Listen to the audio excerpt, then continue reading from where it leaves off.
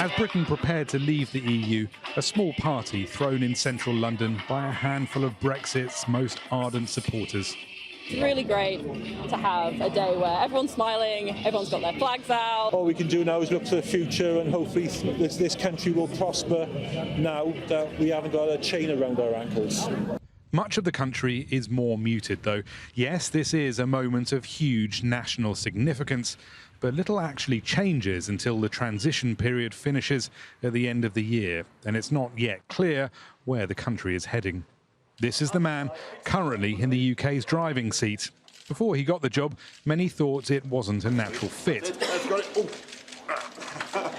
But in December, Boris Johnson won a crushing landslide election victory on the promise that he'd finally get Brexit done. Britons seem to have voted to put 3 years of arguing and political paralysis behind them. But plenty see the argument that something titanic has been achieved as so much hot air.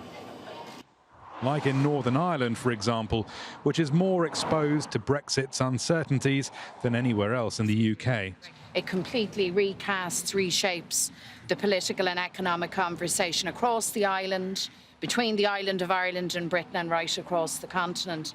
So this isn't an end point, this is very much a beginning. Certainly the heavy lifting, sorting out the UK's trade relationship with Europe, everything from fishing to financial services, is still to come.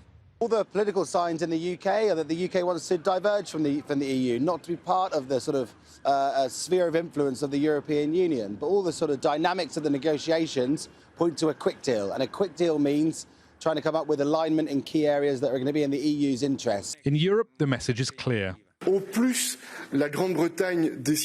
more the UK will diverge from EU standards, the less access to the single market they will have. The EU will be looking to its own priorities and trying to solve its own challenges. The UK is already receding in importance. We want to have the best possible relationship with the United Kingdom, but it will never be as good as membership. The EU wants to show there's little to be gained from walking out the door. Rory Challens, Al Jazeera, London.